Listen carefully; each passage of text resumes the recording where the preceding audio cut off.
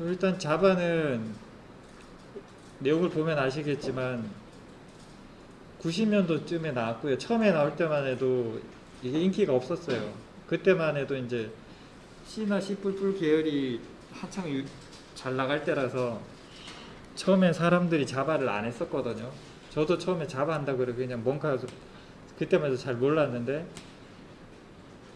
자바가 쓰이는 방향이 크게 두 가지로 쓰입니다. 우리가 알고 있는 컴퓨터, 그냥 흔히 말하는 PC에서 데스크탑용으로 사용되는 경우도 있어요. 근데 거의 없습니다. 왜 없냐면 자바로 만드는 것보다는 C샵이나 다른 걸로 만드는 게 더 성능도 좋고, 물론 MS 계열의 그 영향도 있겠죠. C샵은 MS에서 나온 겁니다. 그래서 그쪽 영향을 보다 보니까 거의 조금 하다가 말았어요. 그래서 지금도 제가 알기로는 거의 안 쓰는 걸로 알고 있거든요. 그래서 혹시라도 뭐 한두 군데 쓸 수 있겠지만 없다고 보시고, 대부분 그러니까 병원에 가셨을 때 의사 선생님들이 컴퓨터 화면에 띄워놓고 막 입력하잖아요. 고화면들. 그런 것들은 다 C샵으로 만들었다고 보시면 됩니다. 그래서 자바가 지금 주로 쓰이는 부분은 이제 웹 개발에 많이 쓰이고 있어요. 그래서 뭐 게임도 있고 이렇게 적혀 있는데, 그러니까 예전에 이제 피처폰이라고 하죠. 스마트폰 말고 그냥 전화만 받는, 그때도 게임이 있었거든요. 그 게임을 보면 자바로 만들어진 것들이 대부분이었어요. 뭐 예전 전화기라서 잘 모르실 수도 있겠지만, 왜 그러냐면 예전에 그 전화기들도 OS가 다 다릅니다. 회사마다, 제조사마다 달라서 동작이 안 돼요. 근데 자바는 특성상 자바 버추얼 머신이라는, 그냥 간단하게 생각하시면 그냥 중간에서 호환해주는 역할을 하는, 우리 그냥 이렇게 쉽게 생각하시면 이렇게 생각하시면 돼요. 우리 충전할 때 뭐 전화기가 됐든 뭐가 됐든 220V 바로 충전 못 하잖아요. 중간에 뭔가를 거칩니다. 그렇게 해야 충전할 수 있잖아요. 변환이 되니까. JVM이 그런, 자바 버추얼 머신은 그런 역할을 합니다. 그러다 보니까 어떤 OS에 가더라도 그게 다 호환이 되는 거예요. 그 중간에 컨버팅 해주는 것만 있으면. 그러다 보니까 예전에 좀 많이 쓰였고, 지금도 그런 영향으로 해서 다른 OS에서도 그나마 이제 호환이 되는 그런 것들이 좀 비중이 높습니다. 그건 그냥 기본적인 내용을 잠깐 설명드린 거고, 그런 부분들은 그냥 이렇게도 쓰이는구나 정도만 아시면 됩니다. 뭐 자세하게 아실 필요는 없고요.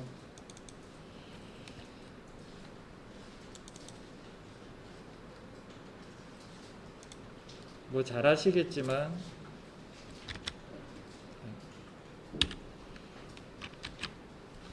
저희가 배우는 목적이 요거죠. 웹사이트 제가 캡처를 했는데, 요건 이제 중구청입니다. 중구청 캡처를 한 거는 뭐 아시는 분도 아시겠죠. 아직 잘 모르신 분들 같으면 웹 개발하는 언어들이 종류가 몇 가지가 있습니다. 뭐 이것저것 많은데 그걸 다 아실 필요는 없고요. 주로 소규모, 예를 들면 뭐 어디 부동산에 전국을 다루는 부동산 사이트는 말고요. 그냥 지역에서 특정 어떤 상호가 있는 걸로 초규모 하는 것들, 그런 부동산들은 보통 PHP로 많이 만듭니다. 왜 만드냐면 PHP로 만들면 좀 속도가 좀 빠르다 보니까 그런 영향이 있고요. 그런데 주로 공공기관, 뭐 제가 오리엔테이션 때도 말씀드렸지만 학교 홈페이지, 뭐 중학교, 고등학교, 초등학교 많잖아요. 그런 것들 다 자바 기반입니다. 그리고 뭐 중구청 아니면 뭐 시청 이런 것들, 그래서 정부 프레임워크라는 것도 별도로 만들어져 있습니다. 그거 자체가 그러니까 스프링 기반이에요. 정확하게 말하면. 근데 스프링이라는 거는 이렇게 생각하시면 됩니다. 한 개의 뭔가 어떤 상품을 만들기 위해서 구성이 되어 있는 한 개의 큰 덩어리라고 생각하시면 돼요. 그 안에 자바랑 코드가 들어가고 뭐 JSP 뭐 그런 것들이 있습니다. 뭐 HTML이랑 뭐 거의 같은 건데, 뭐 이런 것들이 들어가면서 하나로 최종적으로 만들어지는데, 요것들을 전체적으로 통합해서 관리하는 거를 스프링이라고 합니다.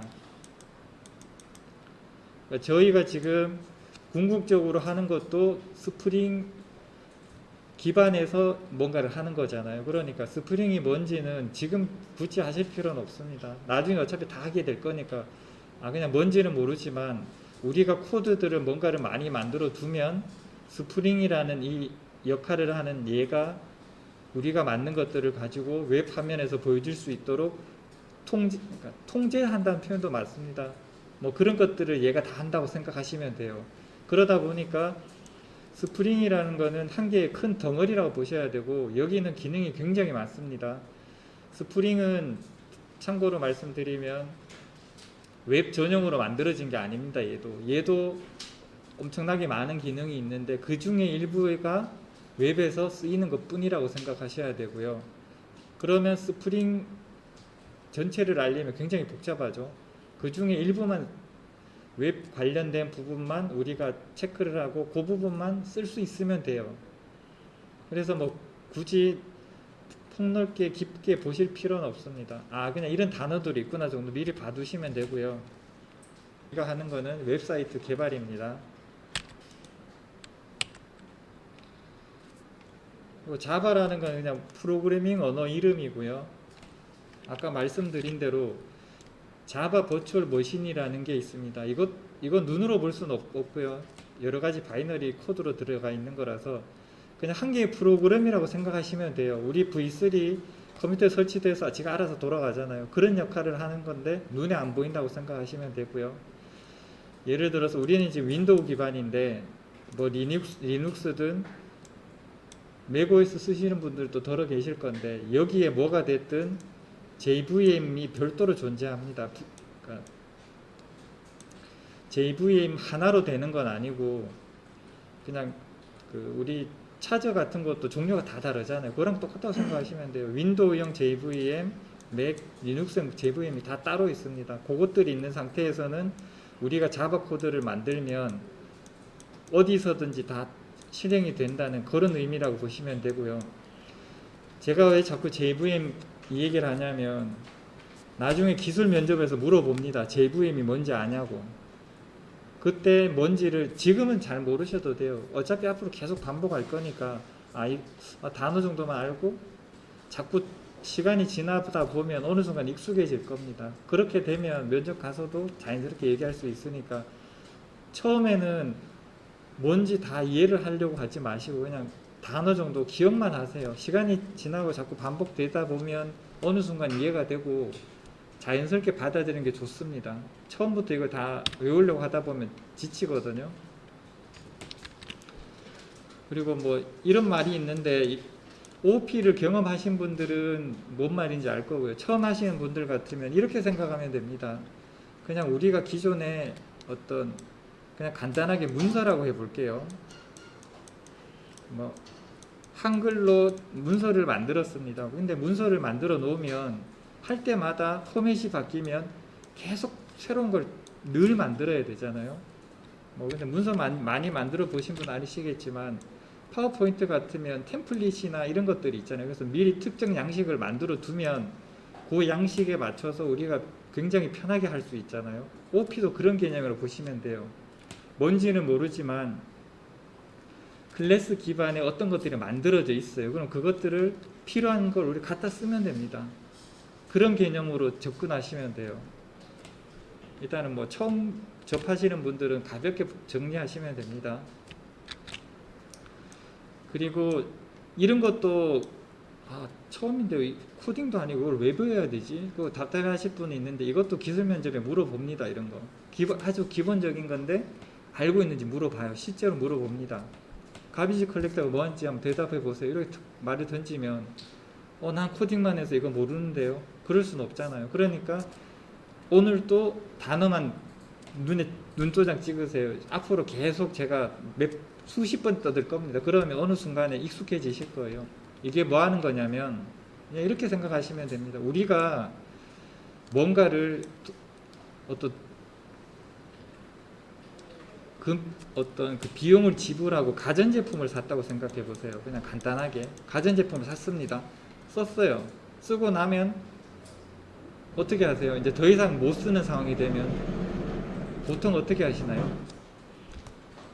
뭐 사람에 따라 다르죠. 집 한 구석에 그냥 처박아 두는 사람도 있고 바로 갖다 버린 사람, 뭐 당근 마켓에 파는 사람 다 종류가 다를 겁니다. 그런데 그런 것들을 우리가 직접 하려면 귀찮잖아요. 쉽게 말해서 집에 도우미가 있다고 생각하세요. 도우미가 한 분 있어가지고 가전제품, 예를 들어서 가전제품이든 아니면 쓰레기가 됐든 뭐가 됐든 수시로 도우미가 돌면서 필요 없으면 알아서 다 버립니다. 엄청 편하잖아요. 그게 가비지 컬렉터예요. 가비지가 쓰레기란 뜻입니다. 쓰레기를 수집한다. 그러니까 뭐 메모리 어렵다 생각하지 마시고 그냥 가볍게 생각하세요. 뭔지는 모르지만 내가 뭔가를 갖다 썼어요. 예를 들면 칠판에다가 그림을 막 그리고 갔습니다. 다음날 왔는데 누가 지워줬어요. 편하잖아요. 그게 가비지 컬렉터예요. 그렇게 이해하시면 됩니다. 그러니까 이름 자체를 그대로 받아들이시면 정말 어렵고 그냥 간단하게 가볍게 들이시고 나중에 실제 코드를 보시면서 연결시키는 게 가장 무난하게 배울 수 있습니다. 말 자체를 너무 심각하게 받아들이지 마세요. 그리고 여기는 뭐 이렇게 특징이라고 적었는데 이거는 모든 언어는 다 이렇게 다 됩니다. 그래서 제가 적고도 좀 애매한데 보통 공식적으로 이런 말을 쓰거든요. 뭐 파이썬 공부하신 분들 계신데 파이썬이 유명한 거는 라이브러리가 엄청 풍부하거든요. 여기 풍부라고 적어놔서 그런데 파이썬 같으면 라이브러리가 엄청나게 많이 만들어져 있습니다. 그래서 이거는 뭐 파이썬이 더 셀 수도 있어요. 근데 이거는 현재 진행형이기 때문에 참고만 하시고 쉽게 말씀드리면 이런 게 있어요. 파이썬 같으면 인공지능 관련돼서 라이브러리가 엄청 많이 만들어져 있거든요. 그래서 이제 최근에는 많이 유행을 하고 있습니다. 그런데 그에 반해서 자바 진영에서 자바는 아니죠. 엄밀히 따지면 웹이죠. 웹 진영에서 뭘 하고 있냐면 인공지능 라이브러리를 스크립트로 만들고 있어요, 지금. 그럼 어느 순간에 웹에서도 인공지능도 다 해버립니다. 그런 순간이 올 수도 있거든요. 이건 뭐 제 개인적인 생각인데 우연히 검색하다 보니까 참고로 스크립트는 뭐냐면 웹에서 쓰는 함수들인데 거기에 인공지능으로 만들어진 것들이 있더라고요. 그래서 참고만 하세요. 그래서 4번은 의미가 없습니다. 그냥 이렇게 생각하시면 됩니다. 내가 뭔가를 개발할 때 하나하나 다 만드는 거는 의미가 없습니다. 이렇게 생각하시면 돼요.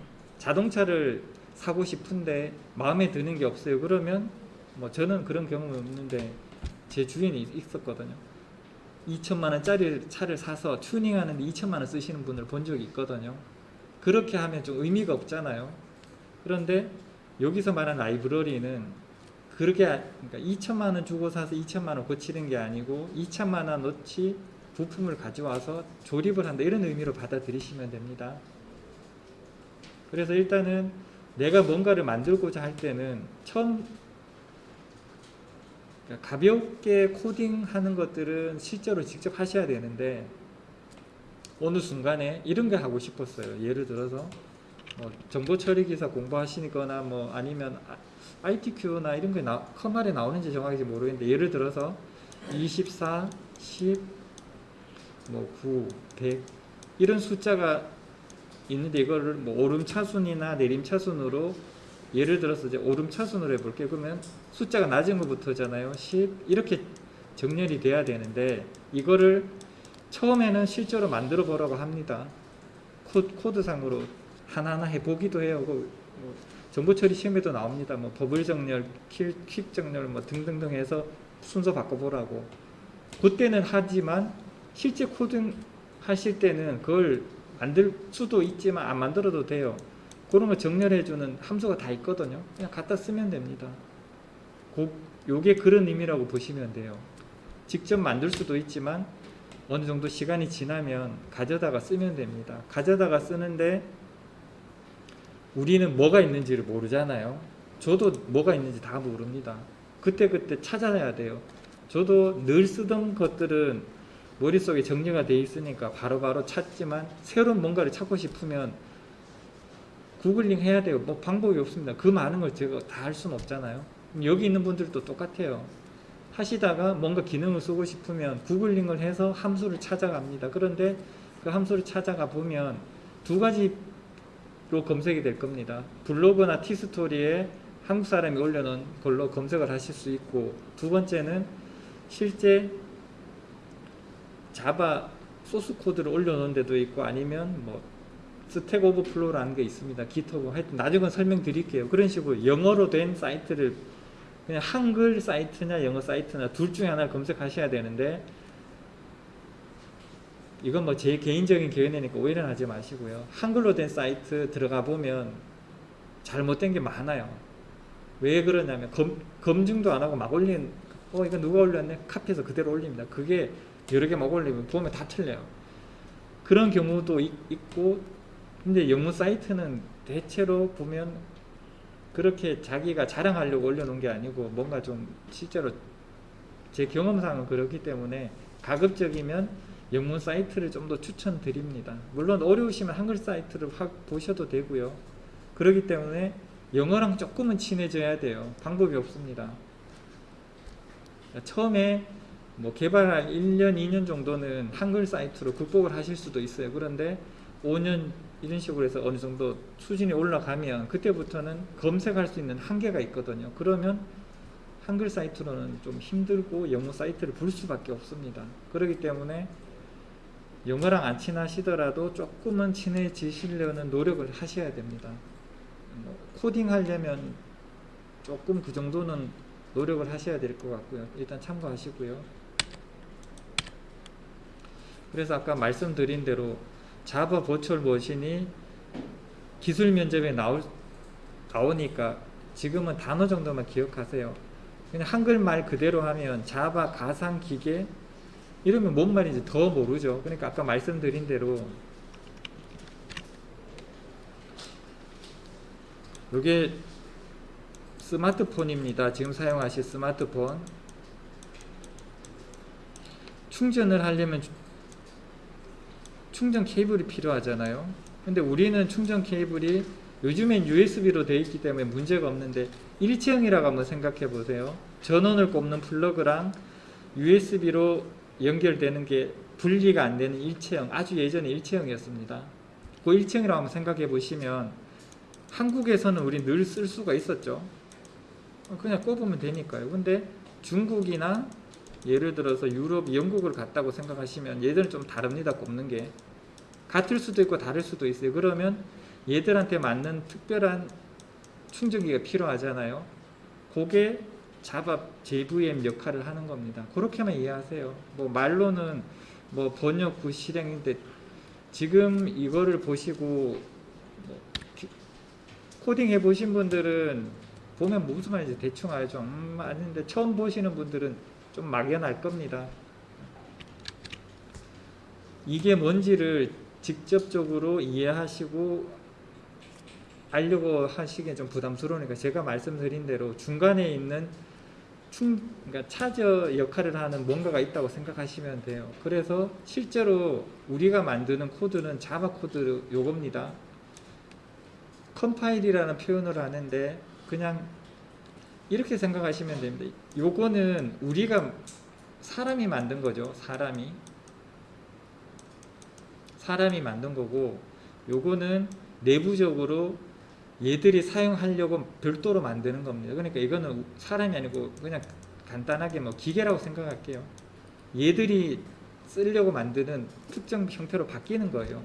이렇게 바뀐 게 있으면, 근데 우린 이거를 알 필요가 없습니다. 우리가 관여를 하는 게 아니기 때문에. 이거 과정은 그림만 보여주니까 그냥 간단하게 말씀드리면 우리는 자바 파일만 만들면 됩니다. 자바 파일만 만들어 놓고, 지금 같으면 우리가 윈도우 쓰고 있잖아요. 그러니까 여기서 그냥 하면 실행이 바로 될 겁니다. 근데 집에 만약에 맥 뭐 노트북이나 그 데스크탑이 있잖아요. 이름 제가 뭔지 요즘 까먹었는데 그거를 사용한다고 하면 거기에서도 똑같이 그대로 구동이 됩니다. 구동이 된다는 거는 어차피 얘들 그 관련된 뭐 프로그램을 설치를 했다는 가정하에서요. 근데 그 내부적으로 실제로 가보면 이런 부분이 서로 달라요. 이 부분은 우리가 이제 알 필요가 없는 거죠. 그래서 얘들이 중간에 뭔지는 모르지만 충전기 생각하시고, 여기는 한국, 여기는 일본도 좀 다른가요? 하여튼 특정 나라는 가면 조금씩 다르잖아요. 그러니까 다르기 때문에 요게 그냥 충전기 역할을 한다고 생각하세요. 그래서 요게 있기 때문에 우리는 어디든지 가도 쓸 수 있는 요 역할이 JVM입니다. 요거는 다시 말씀드리지만 면접관 분들이 100%는 아니지만 한 번씩 물어봅니다. 그럴 때 이런 거 정도 정리해서 말을 하실 수 있는 게 좋고요. 코딩 능력을 본인이 나는 잘해, 내가 모르면 뭐 상관없잖아, 이렇게 하실 수도 있잖아요. 근데 왜 제가 기술 면접 얘기를 자꾸 하냐면, 실제로 교육 받으신 분들 중에 능력은 좀 괜찮으신데 말을 못하는 분이 실제로 있어요. QR코드로 출석 확인하세요. 일단은 QR코드로 출석, 저거부터 하셔야 됩니다. 그리고 그러니까 실제로 그런 분이 있습니다. 제가 보기에는 능력도 괜찮은데 정말 말을 잘 못해요. 제가 이렇게 물어봐도 거의 대답을 못하고, 그러니까 그런 분들은 면접 보러 가시면 거의 힘들어요. 실력이, 본인 실력은 좋겠지만 일단은 어느 정도 대화가 되고, 그 면접관들이 그 면접을 보고 나서 누구를 뽑겠다고 결정을 할 거잖아요. 거기에는 물론 실력도 포함이 되지만, 아주 예를 들어서 뭐 우리가 흔히 알고 있는 인류 뭐 대기업이나 네이버, 카카오 같이 정말 큰 회사들은 실력을 정말 확실하게 검증을 합니다. 시험도 몇 시간씩 치고요. 근데 그런 회사가 아닌 평범한 우리가 알고 있는 웹개발 회사들을 가시면 기본적인 능력도 중요하지만 인성을 많이 보거든요. 이 사람이 우리랑 일을 했을 때 같이 일을 할 수 있느냐, 그걸 판단을 하기 위해서 여러 가지 막 물어봅니다. 그런데 일단 대답을 못하면 이렇게 판단하겠죠. 이 사람 우리랑 소통하기 힘들겠다. 하여튼 그런 경우도 있으니까 평상시에 자기 기술이나 실력이 너무 좋다고 해서 나 이런 건 뭐 몰라도 돼 하지 마시고, 면접 볼 때 뭘 물어볼지 모릅니다. 이것저것 이제 별 쓸데없는 거 다 물어보거든요. 그럴 때 이런 단어가 기억나면 있는 그대로 말씀을 하셔야 되니까, 제가 지금 얘기하는 것들을 난 코딩하러 왔으니까 뭐 관심 없다 이렇게 생각하지 마시고, 어느 순간에는 이런 단어들을 알아야 되는 순간이 옵니다. 그러니까 부담을 갖지는 마시고, 잠시만요.